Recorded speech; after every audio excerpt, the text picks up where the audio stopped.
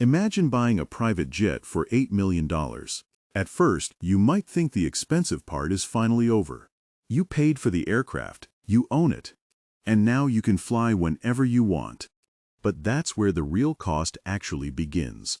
The moment the paperwork is signed, the jet becomes yours.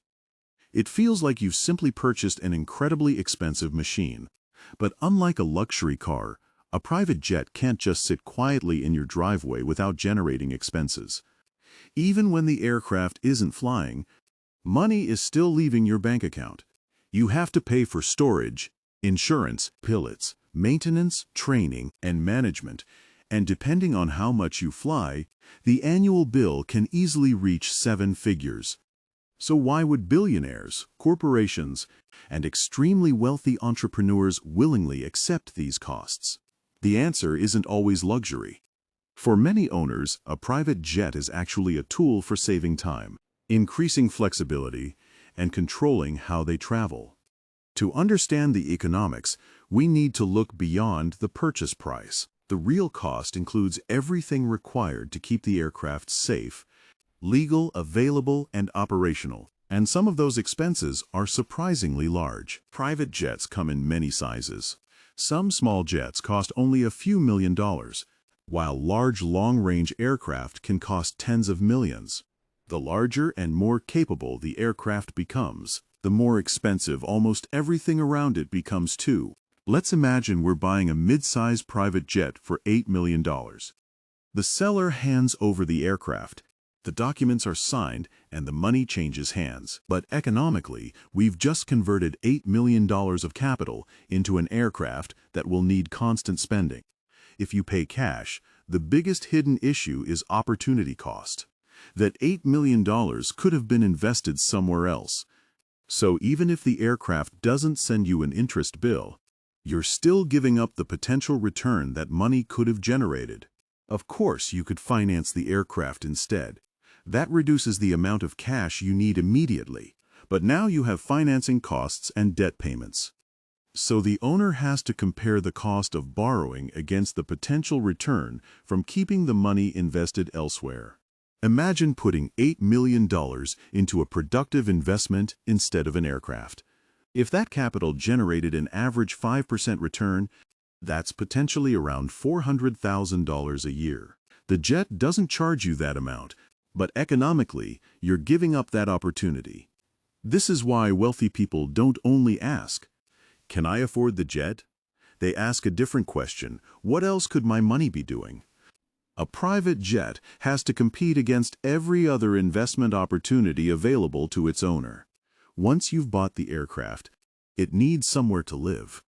You can't simply leave a multi-million-dollar jet sitting outside indefinitely. Most owners need access to a secure hangar or another appropriate storage arrangement, and that hangar isn't free. Depending on the airport and aircraft size, storage can cost tens of thousands of dollars every year, and premium locations can cost considerably more. So even if the jet never moves, the parking bill continues.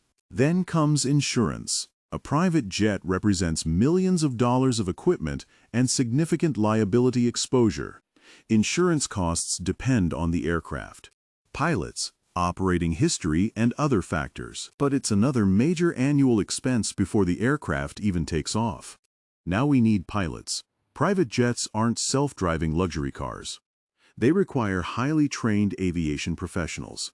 In many operations, you'll need 2 qualified pilots, especially when considering scheduling, regulations, and long-distance travel. And pilots need continuous training. Aviation isn't something where you learn once and remain qualified forever. Pilots regularly undergo recurrent training and simulator sessions. Those costs become part of the overall economics of owning an aircraft. Once salaries, benefits, training, scheduling, and other crew expenses are combined, the annual cost can become substantial. For a serious private aviation operation, the pilots aren't an optional luxury. They're part of the infrastructure required to operate the aircraft. Then there is maintenance. A private jet contains thousands of components and highly complex systems.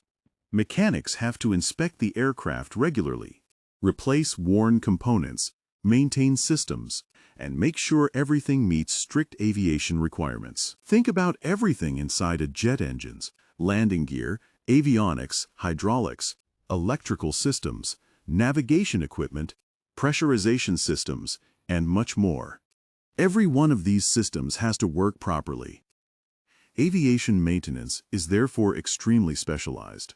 And when something goes wrong, the repair can be surprisingly expensive. A problem that might cost a few $100s on a car can become a much larger bill in aviation. Some components require specialized technicians, equipment, and certified procedures. That's why smart aircraft owners plan ahead. Instead of waiting for a massive maintenance bill to appear, they can set aside money as a maintenance reserve. In simple terms, every flight contributes toward future repairs and major maintenance events. Then we reach perhaps the most intimidating component of all the engines. Jet engines are engineering masterpieces, but they're also extremely expensive machines.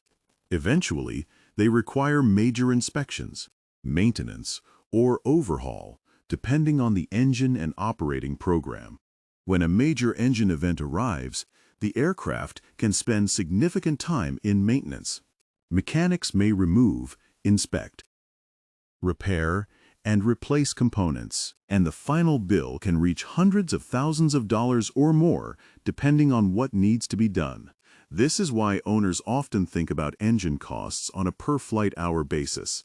If a future engine event is expected to cost $1 million, the owner can economically spread that expected expense across thousands of flight hours. Every hour in the sky consumes part of that future value. Now let's finally fly. The aircraft needs fuel, and private jets can burn a surprisingly large amount of it. A mid-sized jet might consume hundreds of gallons per hour depending on its design, weight, altitude, and operating conditions. And aviation fuel isn't cheap. Imagine an aircraft consuming around 200 gallons per hour. At several dollars per gallon, you're already spending more than $1,000 per flight hour on fuel alone. And fuel is only one part of the operating bill. Imagine a 4-hour private flight. You aren't just paying for the fuel. You're also consuming engine life, maintenance life, crew time, and aircraft utilization. There may also be landing fees, handling charges, and other expenses at both airports. Private aircraft can face a variety of airport-related charges. Landing fees, parking, ground handling, and other services can all add to the cost. None of these expenses are individually as dramatic as buying the jet, but together they can become significant. Now we can separate the economics into two categories. Fixed costs are expenses you have even when the aircraft doesn't fly. Hangar space, insurance, crew salaries, management, and certain maintenance expenses continue regardless of how often you use the jet. Variable costs are different. They increase when you actually fly. Fuel, landing fees, handling, catering, crew travel, and some maintenance expenses rise with aircraft utilization. The more you fly, the more these costs increase. Let's imagine the owner flies 300 hours in a year. That's a lot of flying. The aircraft might connect several cities and countries throughout the year, with the owner using it for business meetings, family trips, and other travel. When fixed and variable costs are combined, the annual bill can easily reach 7 figures for certain aircraft and operating patterns. And this is before we even consider another major economic factor: depreciation. A private jet is an asset, and assets can lose value. When newer aircraft arrive with better technology, efficiency, and interiors, older aircraft may become less desirable. That difference between what you paid and what the aircraft is later worth represents a major economic cost. Imagine buying an $8 million jet and selling it years later for significantly less. You may never receive a bill for that loss in value, but your wealth has still declined. Depreciation is therefore one of the most important costs owners need to understand. So now the obvious question returns: if ownership is so expensive, why buy a private jet at all? The strongest answer is not that it saves money on airline tickets. In many situations, it doesn't. The real product being purchased is time and flexibility. Imagine a CEO working inside a private jet while traveling between cities. Instead of losing hours navigating a huge airport, waiting in security lines, or dealing with connections, the executive can work during the flight and potentially arrive much closer to the final destination. Commercial aviation can involve crowded terminals, security lines, boarding procedures, connections, delays, and airport transfers. For most travelers, these are simply part of flying.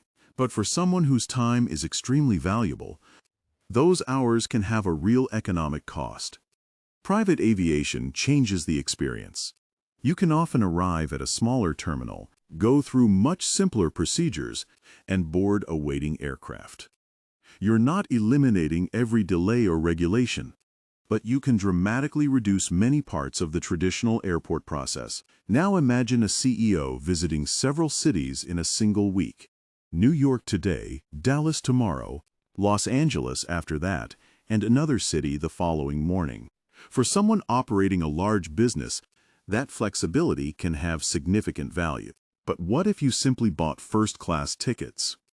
For a single traveler on a normal route, commercial first class is usually far cheaper. Private aviation becomes more interesting when multiple people travel together. Schedules are complicated, and the value of time becomes extremely high. Imagine 8 executives traveling together for an important business meeting. Instead of coordinating multiple commercial tickets and schedules, everyone can travel together. They can work during the flight, discuss business privately, and potentially arrive closer to their final destination. But here's the important alternative. You don't have to own the aircraft. You can charter one. Instead of paying for the jet every day of the year, you pay when you actually need a private flight. Chartering can remove many ownership responsibilities. You don't personally have to maintain the aircraft, employ a dedicated crew, or pay for a permanent hangar. For someone who flies only occasionally, this can make much more economic sense. So the real question isn't simply whether private aviation is expensive. It is whether ownership is cheaper or more valuable than the alternatives. If you fly only a few times a year, chartering may win. If you fly constantly, ownership becomes more interesting. This is where the concept of break-even becomes important. Ownership comes with a huge fixed cost, while chartering turns much of the cost into a variable expense. The more hours you fly, the more you can spread ownership's fixed costs across those flights. There's also a middle option, fractional ownership. Instead of buying the entire aircraft, multiple customers share ownership.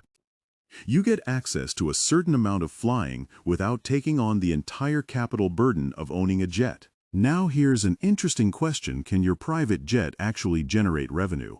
Potentially, yes. Some owners allow their aircraft to be chartered when they're not using it, allowing other passengers to pay for flights. Imagine your aircraft sits unused for several days.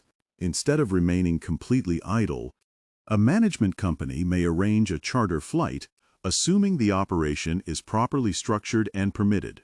That revenue can help offset some ownership expenses. But there's a problem called the empty leg.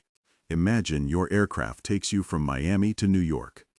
After dropping you off, the aircraft may need to fly somewhere else without passengers. You're paying for fuel, crew time, and aircraft usage without earning passenger revenue. One of the biggest benefits of private aviation is access to smaller airports.